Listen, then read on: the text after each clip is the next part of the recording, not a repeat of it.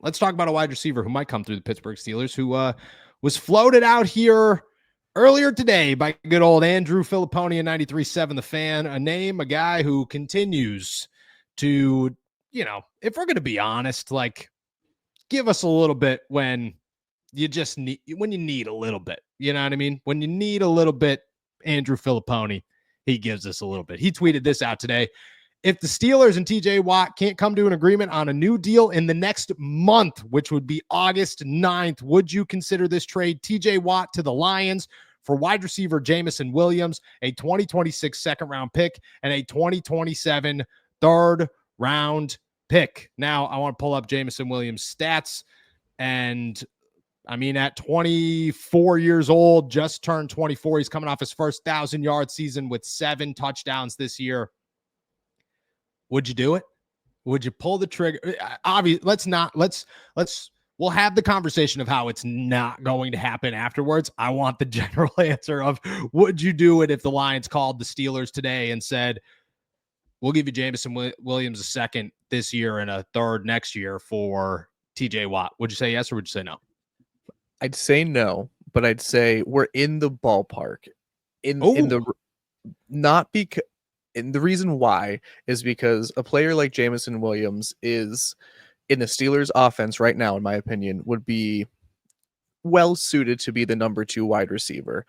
Solid age, solid physical traits, coming off a first 1,000-yard season, showed a very, very strong breakout campaign, catching the ball with Jared Goff last year. I think he could come in and be a very reliable secondary option for the Steelers. Yeah. And if they are going to deal Watt, not talking about whether that would happen or not, I think you would have to go out and get at least a quality position player in an area of need, wide receiver, secondary, offensive line, something like that. Jameson Williams fits the bill for sure. Where I get hung up on is the draft picks as well. I think that's just not really enough, and Jameson Williams alone is not elite enough of a wide receiver to warrant any sort of negotiation back and forth about how there needs to be more draft picks to accompany that trade. So no, but not a complete refusal that, ruins the relationship between us and the Detroit Lions, if you get my drift. Yeah. I definitely feel that. I think there's a conversation to be had there.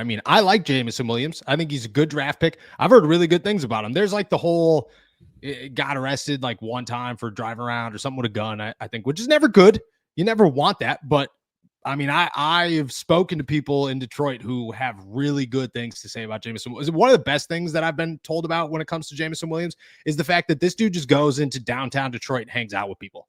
Like if you're just like chilling at a restaurant or at a bar or something, he'll just come in and sit down and just be like, "What's up? Could I hang out?" And like that. That's pretty sick. I don't think I'd recognize him, but that's pretty sick to be like, I think I'd be like, "Who the hell are you, dude? Get out of my booth, you weirdo. Like, what are you doing?" But I think it'd be cool. I like the draft pick. It's closer than anything that's been floated out there, to be really honest. Like, the Trey Hendrickson nonsense, the Terry McLaurin would never in a million years. This one, at least, like, there's something you could pull away to be like, Jameson Williams ain't bad. He's definitely a strong number 2. Doesn't ever become a number 1, but he's a number 2, and you feel good about him as a number 2. And a second round pick is way more than I would imagine the Steelers are getting for TJ Watt. A third in 2027 is, just an added value to this, almost a cherry on top of the TJ Watt Sunday. I would do it. Now, in terms of, I would come close. I would say it would be a consideration of mine, where a lot of these haven't been a consideration of mine. Now I'll ask the real question. How close is this to being real? Not really happening, but how close is this to being a real trade hypothetical that makes logical sense for both sides? It makes a ton of sense from the Detroit side. Like it fills a very immediate need while Hutchinson recovers.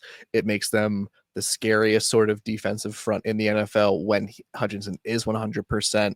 It makes too much sense from the Lions' perspective. I can understand them being all in on trying to make this deal work. From the Steelers' perspective, even with it being meeting some parameters of what the Steelers would need in a hypothetical return. I don't think it's close. I would say it's, I'll grade on a scale of 1 to 10. I would call it about like a 4. So like, again, we're getting there. It's not the worst. It fits a lot of, it checks a lot of boxes, so to speak, as to what I think the Steelers should try to get in return, but it's just not enough value still. I mean, yeah, I agree. I don't think, for one, the Lions want to sign Williams. This I know. I had conversations at the NFL Combine about where the future was there because the Steelers were looking for a wide receiver, and I said, let's check in Detroit. Let's see how things are going in Detroit. And I was told that Jameson Williams is a guy that they want to ink. They really like who Jameson Williams is as a player and a person, and I think the draft picks are where we're like off on this. If you remove the second round pick, keep Jameson Williams, and a third in 2027, even a third in 2026, the Steelers, on the Steelers side of things, this is a move that it might be the best trade offer you're going to get. On the Lions side of things, if they're in for it, they're crazy. I think it's a great move. I think it's a great move for Detroit, but I mean, they'd have to like really be looking and feel really good about where they are elsewhere. But I think you remove the second round pick, bump the third and 27 to 26. And it's like a real conversation of both sides this might be realistic for both sides. Do I think it would happen? No, but it's the closest hypothetical, unless you could think of another, it's the closest hypothetical ponies thrown out there. I think we've talked about to this point. I mean, I've seen stuff like AJ Brown for TJ Watt. There's no chance that would happen. Like there's a 0% chance that would go down for both sides. Nobody in Philadelphia is like, let's get rid of AJ Brown. Nobody in Pittsburgh is like, let's get rid of TJ Watt for AJ Brown. That would be awesome, but it wouldn't happen. This is the first time that I feel it's a hypothetical in a sense of like, maybe. Would the Steelers be better or worse? Worse. No.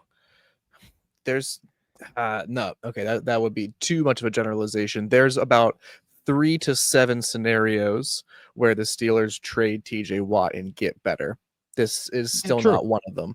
And I think that's why I just like time and time again when it comes to these general conversations, like I think there is a difference between the empirical trade value of TJ Watt across the NFL, which, as we talked about a little bit yesterday, is not what everyone wants it to be, right? It is something lower, like a second round draft pick or a roster player and a mid round draft pick, a roster player less than Jameson Williams, I would add, and a mid round draft pick would be like the going trade rate for TJ Watt, despite his excellence. I just do not accept that being a return that the Steelers should take, and I do not accept that they can get any other sort of, they can manipulate that situation into any other sort of win that makes them better for 2025 or really even beyond. I'm very confident in Omar Khan's drafting ability and the Steelers drafting ability, but that does not equate to the Steelers are then going to be a better team 2025 and 2026 or 2027. You lose to TJ Watt, you become a worse team. There's just no way around that for me.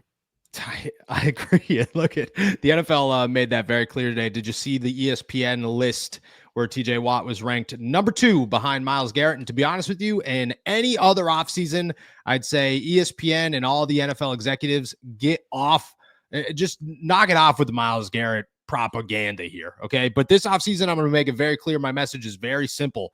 The NFL has spoken about how good TJ Watt still is. And when you have Aiden Hutchinson, when you have Micah Parsons, when you have Max Crosby's and Daniel Hunters and Trey Hendricksons and all these names out there at edge rusher, and TJ Watt's coming off his second worst fully healthy season in his NFL career, and he's still named the second best edge rusher in football. It is a clear and direct message that this dude is still elite. He's still everything you're looking for and more. And really, I think it's a clear message that the Pittsburgh Steelers better freaking listen, because you don't give up the second best player at a premium position. This is not a middle linebacker. This is not a safety. This is a premium position. Edge rushers don't get traded often. Why? Because of how valuable the position is. You want to stop Patrick Mahomes? Don't let him throw the football. Mhm. You want to stop Josh Allen? Don't let him throw the football. And the NFL has spoken. Your thoughts on him being number 2 behind Myles Garrett and being number 2? I mean, look, I'll take another opportunity, to take pot shots at Myles Garrett. Sure. I don't think it's right. I think TJ Watt is still the best edge rusher in football, and I won't stop saying it probably till I'm dead. So don't love that. But With the way aside your from that, neck's feeling, that could be any day yeah, now. the way I think that is actually why I'm in so much pain, because seeing that list has caused me such great discomfort, especially in the neck area, that I'm close to being deceased. So yeah, thoughts and prayers, y'all, for me. Thank you. I think what this reinforces for me more than anything is what we've already long known, and what a ton of the NFL fans, Steelers Nation is well aware of as well. TJ Yes. Watt is still elite. He is still unbelievably good. He is still the Steelers' best player. They absolutely need to pay this man and get this contract situation wrapped up. It doesn't every day. I got to keep banging the drums on this. I don't care how good of an offer you get, how contentious this sort of back and forth goes, and whatever relationship strains happen because of it. Get this deal done. This guy's coming off a terrible year by his standards, and it still was excellent by the NFL standards. Pay the man. Let's tie up the last loose end before the season begins, and then we can address the roster improvements from there. And let's just be done with all this nonsense. Pay TJ Watt, or my neck will keep hurting. Fantastic. I can't disagree. TJ Watt's a guy, and we've preached this on the show, and we'll continue to preach this on the show. TJ Watt deserves every single penny they're going to give him and more. And I can't wait for him to showcase that. With that said, it's Wednesday. We've talked a pretty cool Aaron Rodgers story. I'm going to be honest. Like I like the Aaron Rodgers story. The Pittsburgh Steelers nearly land. Like that's a cool one. Of all the crazy Aaron Rodgers stories out there, this is the one where at least you could smile about it and have some fun. And no, I'm kidding. Eddie the First said, no, don't adjust your hat. Something. No, I know nothing yet. Although I will, and I'm going to be very honest with you guys. I did have a conversation last night, real late last night, probably about right before bed. And I by real late and right before bed, I mean about 9:45, because I'm a grandfather and I go to bed real early. But did have a conversation just to check in. You know what I mean? Like this is the time you just got to check in every week or so. You got what's going on. Here we are, a couple of texts back and forth, and there's no update. The update is we're negotiating and everything's going to be fine. But that's what it is. And when it comes, look at you guys. I don't push, just like the Aaron Rodgers thing, where I just knew he was coming. For 3 months, it's going to happen. It's going to happen. It's going to happen. TJ Watt, right now, if my mindset changes, you guys know I got a phone call that is not great. But until then, things I'm hearing is TJ Watt and the Pittsburgh Steelers are going to get a deal done. And when it's going to happen, nobody knows. But everybody's pretty optimistic that they're going to get a deal done.